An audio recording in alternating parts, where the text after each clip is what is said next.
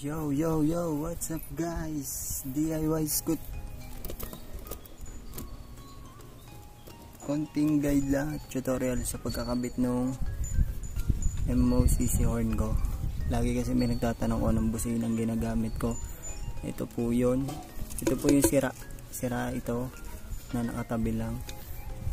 MOCC horn po. So, guide na lang dito. Sa wiring nga ituturo ko. Madali lang naman to. Itong wiring nito. So, ang price nito ay 300 plus. Pagkakabili ko sa pagkakatanda ko. Then kailangan natin ng relay. Laging mahalaga. Relay. Tapos, wire na makapal. Itong wire na makapal. And then, tawag dito yung fuse box. Kailangan din natin ng fuse box. Bakit? Makikita natin dito. So ito muna, guide muna sa diagram. Bunutin natin to. So ang relay ay merong number dito. Kita nyo yung number 87, 87A, 86, 85, 30. Apat lang yan. Ito 87 working as 1.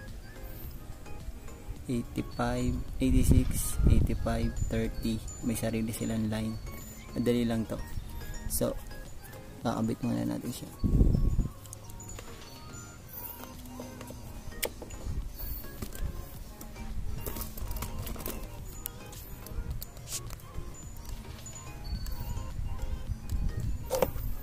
So yung number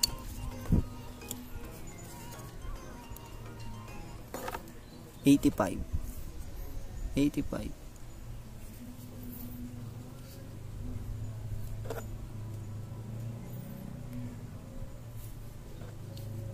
yung 85 natin tsaka 86, ito yung sa linya nung stock na busina. Doon na sila natin itatap itong 85 at 86. So yung 85 natin, ito yung yellow wire, nakatap siya dito. Ito yung stock natin busino, tinap lang siya dito.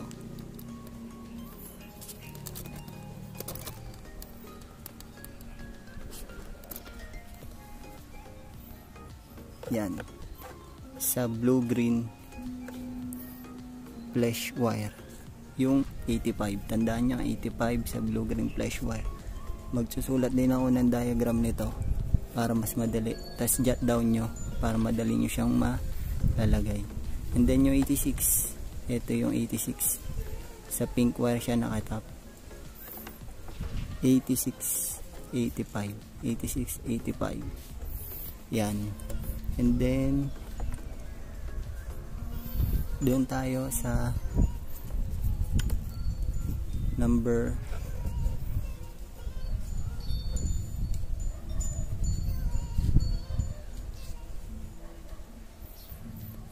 30.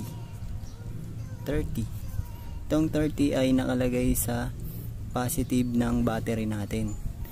Dito natin siya lalagyan ng fuse box para in case na madali o magka-circuit tong linya natin, hindi masisira agad yung horn natin. Hindi ka agad siya masisira kasi puputok yung fuse. Ganun yung nangyari dito sa nasira ang mamaya makikita nyo kung ba't siya nasira. So number 30, ang 30 natin kailangan talaga ng fuse. Ito yung sinasabi ko, papunta siyang positive battery. Ito. So kailangan talaga siya yan ng fuse. Kasi kita nyo akin nakarekta. Pansin ko din na naghahanap ako ng fuse. Itong fuse box na to sa paglight natin ito. So lalagyan ko siya ng fuse box din. Ito yung 30 natin. Disregard nyo lang pala mga pops and moms yung color coding nung socket. Ang mahalaga kasi dito yung relay numbering. Ito relay numbering. Ito kasi yung guide, walang silbi to.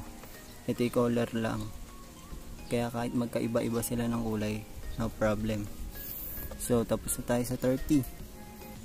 Ang sunod na ay yung ating linya ng busina, which is the number 87.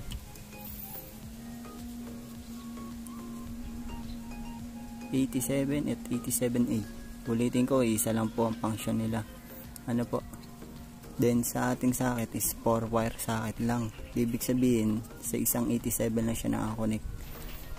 Ito yun, color blue. So 87, yung horn natin ay dalawa, bali 4 siya, no? Sa horn natin gagamitin natin yung medyo makapal na wire para pag busina niya malakas ang tunog. Dahil kapag maninipis na wire na nakakabit, medyo mahina siya. Parang tubig lang yan. Pag maliit ang butas, maliit ang labas. Pag malaki ang butas, malakas ang lalabas. So wala kasi akong wire dito para mapakita ko sa inyo yung pagkakabit. Madali lang naman siya. 87, isa dito. Tapos 'di ba may dalawa pa. Yung isang wire niya dito, naka-connect siya dun sa 87, which is ito.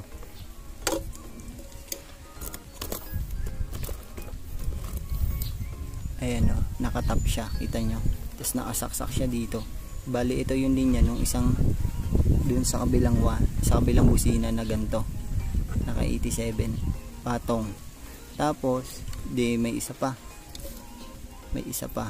itong isang to, para malakas ang ating busina, nakarekta to sa negative ng battery. Ito negative ng battery. Tapos ito nakapunta doon, nakadugtong naman doon sa kabilang ganto. Gets nyo ba? Madali lang siya. So pagdating dito, parang parallel line lang siya, pag ganun, tapos ito pag ganun sa kabila, no, parallel line lang siya. Tapos 87 dito, tapos 30 dito, negative wire dito papuntang battery. Nakakonect siya sa battery ko. Ito kahit hindi nyo nalagyan ng fuse kasi negative wire naman yan, walang buhay na wire dyan. Ito walang buhay ng kuryente. Yan para mas malakas ang busina.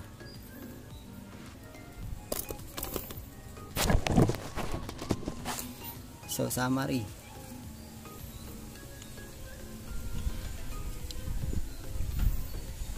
ang summary, 30 to positive wire with fuse, 86 dun sa pink wire ng original na kabitan ng busina, 85 dun sa sa green at saka sa kulay flesh dito sa dalawa.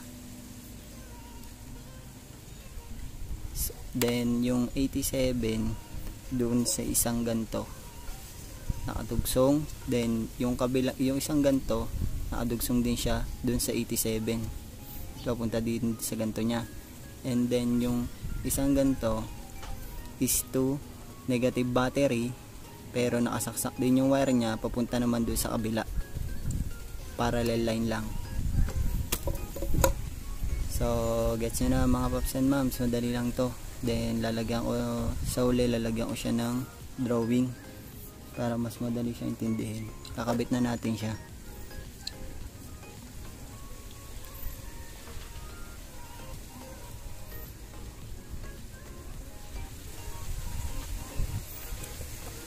Then testing natin. Tsaka pala, pag nagkabit kayo nito, dapat nakayuko ito para pag nagbasa kayo, hindi papasok yung tubig dito. Dahil pag napasok nyo ng tubig, masisira na yan. Kagaya na ito, may kabitan, nakakabit to dun sa dating pinaglagyan ng busina natin. Then yung problema yung kabila, wala siyang kabitan. So ang ginawa ko, ito sinabit ko dun sa may ilalim. Yan. Yan. Yung bracket niya, kinable tie ko. Tapos nakayuko din siya. So, testingin natin.